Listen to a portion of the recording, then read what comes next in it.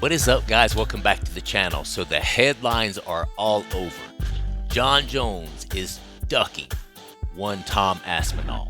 Now, I'm not saying that is not true, but what I am saying is it's the state of a casual fan just to say, well, he's scared of him. He's scared he'll lose. We got to go deeper than that, guys. And that's what we're going to do in this video. We're going to look at the psychology and the literature behind why Jon Jones seems to be ducking Tom Aspinall. It's not enough just to say he's scared he'll lose, okay? What are the reasons?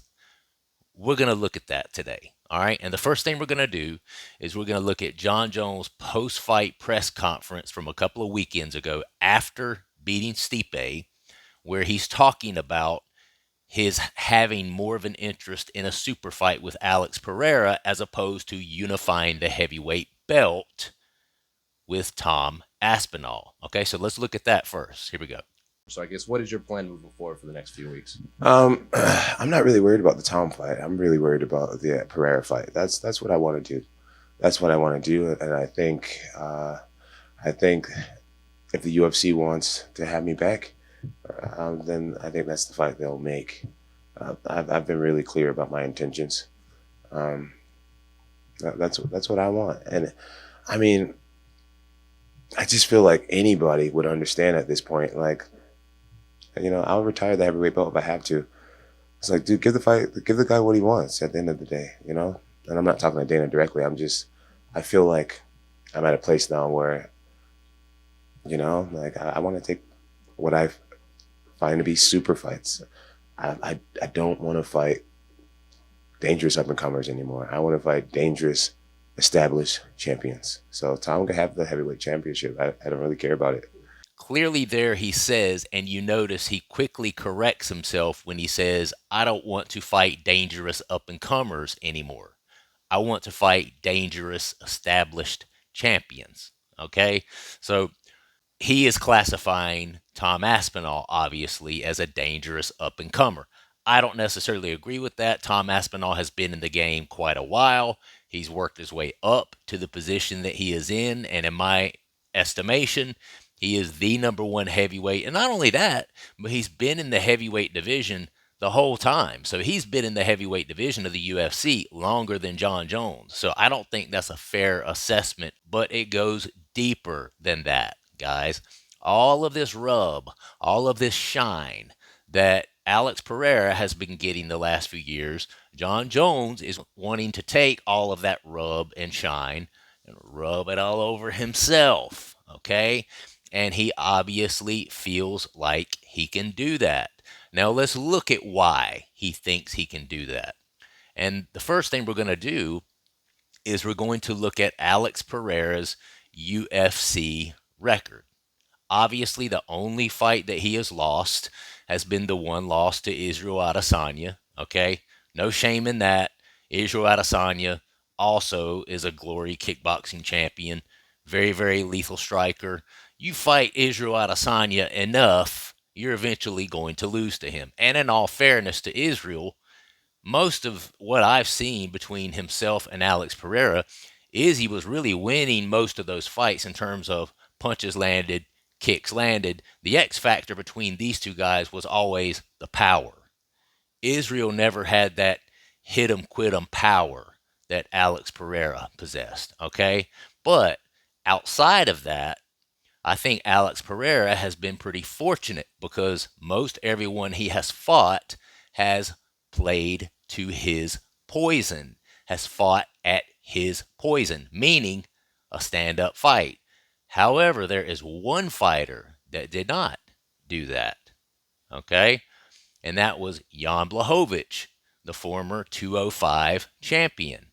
Now, if you'll remember, this is the only fight in the UFC, besides the actual clear loss that he had against Izzy, that was a close, very contested split decision, even controversial. Many people thought that Jan Blachowicz actually won that fight.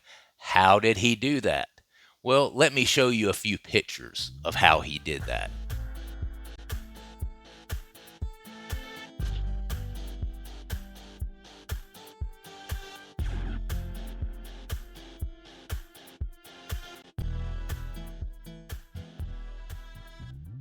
The whole first round, Jan takes him down almost immediately, crawls to his back, controls him, nearly gets a choke at the end. Listen, Alex Pereira trains with Glover Teixeira. Obviously, he knew enough to stay safe from any submission. You have to give him credit for that.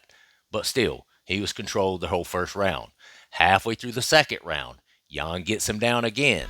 Granted, it didn't last as long that time. Alex was able to work his way back up to his feet, but I still think that probably gave Jan Blachowicz the second round.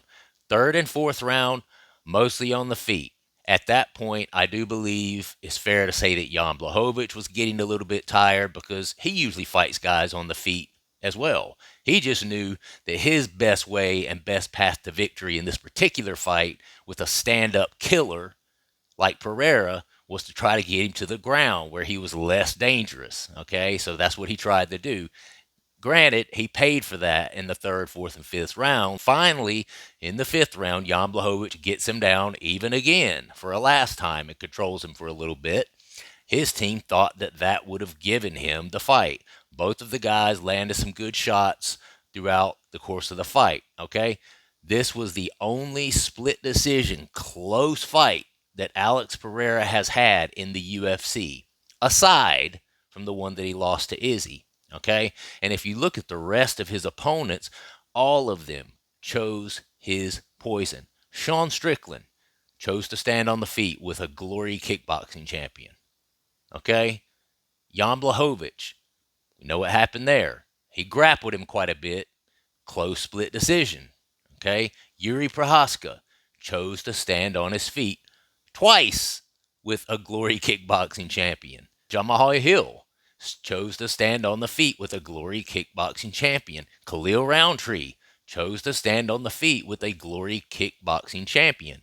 Alex Pereira has been pretty fortunate that all of these fighters have agreed to play his game and to pick his poison during the fight. Let me tell you something right now. Jon Jones will not be picking Alex Pereira's poison when they fight. Corey, what X factor does Jon Jones have that Alex Pereira does not have? Well, let's start with his grappling background. Jon Jones was a 2005 New York State wrestling champion at Union Endicott High School in Endicott, New York. He also played football as a defensive lineman, where his coach nicknamed him Bones because of his slight frame. Iowa Central Community College, Jones won the NJCAA Wrestling National Championship and became a Greco-Roman All-American. Before you start, oh man, that's freaking community college. That ain't shit on a Division I. Listen, I said it was Iowa. Okay? They eat, breathe, and sleep wrestling over in Iowa. In Iowa, wrestling is like football in Texas. Okay? They're all about it over there. So Iowa Central Community College is actually known for being a top wrestling school, okay? This guy's been wrestling and grappling at a high level since he was a kid, whereas Alex Pereira has spent most of his career in Glory kickboxing. Granted, I know he trains out there with Glover Teixeira. Listen, there's no way you can replace years and years, decades upon decades of grappling experience with a few years of training with Glover Teixeira since he's been in MMA. There is no comparison there, okay? All right, now let's look at Tom Aspinall and his grappling background, okay? Because you have to think to yourself, Corey, you're going somewhere with this. I know it. You're getting somewhere, and this probably will be the aha moment for you. All right, catch wrestling. Aspinall began training in martial arts at age 7 at the Lee Self-Defense Studio in Lee, Greater Manchester, where he practiced catch wrestling. Then, of course, boxing, jiu-jitsu. Aspinall transitioned to jiu-jitsu, and he won the British Open in all belts except for black belt. So Tom Aspinall was winning jiu-jitsu tournaments as a young man, okay? Olympic wrestling. Aspinall trained in Olympic wrestling as a young martial artist. Submission wrestling. Aspinall trained in submission wrestling as a young martial artist. You see where I'm going with this, right? From Jon Jones' perspective and the psychology behind all of this for him is that he's paid his dues in UFC. He feels like for his last fight, he should be able to get a guy that he feels pretty confident that he can win. Okay? Now, just look what Jon Jones did to Ciryl Gane. Okay? Ciryl Gane is a very dangerous stand-up fighter. Jon Jones knows this. But Ciryl Gane is not a grappler. He is not known to be a grappler. Jon Jones knows this. All right? Ciryl Gane is so bad at grappling that he got beat by a bum knee Francis Ngannou, who's also known not to be a good grappler. Okay? That's how bad Ciryl Gane is. So people were all shocked when Jon Jones came in and had his way with Ciryl Gane, and I'm sitting there going, oh, it's just a formality for me. I knew it was going to happen. I knew that there was no way that Ciryl Gane could contend with the aspect of the game that Jon Jones was about to force him to play. All right? Same exact thing here. Okay? Now, you've got all of this shine and all of this rub that this guy, Alex Pereira, has been garnishing since he's been in the UFC. He's won belts in 2 weight classes so far. He's defended it already several times in light heavyweight. Okay? Just top notch, scary as hell, tatted from head to toe, face that never smiles, got the, paints himself like this freaking medieval warrior. He's got the walkout and the rah! I mean, he's got the scariest killer persona of just about anyone in the UFC right now. Okay? But from a casual fan's perspective, they look at this and they're like, wow, Jon Jones is the man. I mean, he comes in and beats Ciryl Gane, then he dispatches a Stipe, now he's calling out this killer. Let me tell you something. Jon Jones is going to dog walk Alex Pereira in an octagon. Okay? It's not even a fair fight. Jon Jones' grappling ability is going to carry him through that fight to a point where I seriously think it will be easy. I don't even see Alex Pereira being a challenge for Jon Jones, okay? Does that mean I'm saying Alex Pereira is not a good... No, Alex Pereira is great, man. And if Jon Jones was stupid enough to call for this fight and then stand and kickbox for 5 rounds with Alex Pereira, it probably wouldn't go 5 rounds. He would end up getting knocked out like everybody else does, okay? He's not going to do that. But here's why he's calling for that fight as opposed to the Tom Aspinall fight.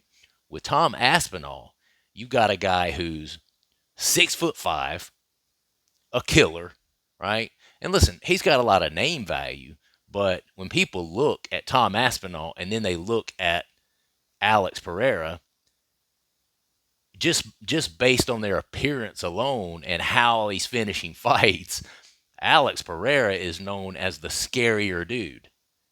When we know in reality, anybody who's not a casual, we know how dangerous Tom Aspinall is. So Tom Aspinall doesn't really have the name value as a champion, but he also poses a higher risk for Jon Jones. 6'5", and not 6'5" and skinny either. 6'5" and stout. 6'5" and quick. 6'5" and a professional in catch wrestling, Olympic wrestling, submission wrestling, jiu-jitsu ace, all of the above. Jon Jones is looking for the greatest reward for the least amount of risk. That's Alex Pereira. Jon Jones is not going to stand and play to Alex Pereira's poison. He will take that fight down immediately And if it goes past the first or second round, it will just be Alex Pereira getting dog walked and grapple fucked for 5 complete rounds. And then Jon Jones will ride off into the sunset, patting himself on the back for never having lost a fight. Now, if he goes in there with Tom Aspinall is dangerous in all of the same areas that Jon Jones is, maybe even more so. Okay? Now, people's response to this is going to be, yeah, but if you want to be the greatest ever, shouldn't you be challenging yourself with the person that you know is the most dangerous fighter and that you see as the biggest challenge for yourself? Now, that's where we can get back together and we can align. I agree with that. I agree that if you want to be the greatest ever, then you have to face the greatest. And there is no doubt in my mind that the biggest challenge for Jon Jones right now would absolutely be Tom Aspinall. Okay? And I have lost a little bit of respect for Jon Jones because of that fact. Okay? Because I know that what he's thinking deep down. I know the psychology behind why he's leaning so hard into this super fight with Alex Pereira and leaning away from this fight with Tom Aspinall. And the narrative, come on, man. That's a casual fan's narrative. Anyone who has any intimate knowledge of the sport and has been a fan for quite a while and who's followed the sport, the ins and outs of the sport, knows a little bit about the technique surrounding the sport, this and that and the other, they're going to see right through this. I see right through this. And now you do too. So that's why Jon Jones is ducking Tom Aspinall. Hope you guys enjoyed the video. If you would, please do subscribe to the channel. Throw a like on it as well. Comment down below. Let me know what you think of my take on this. And I will see you guys on the next one. Peace.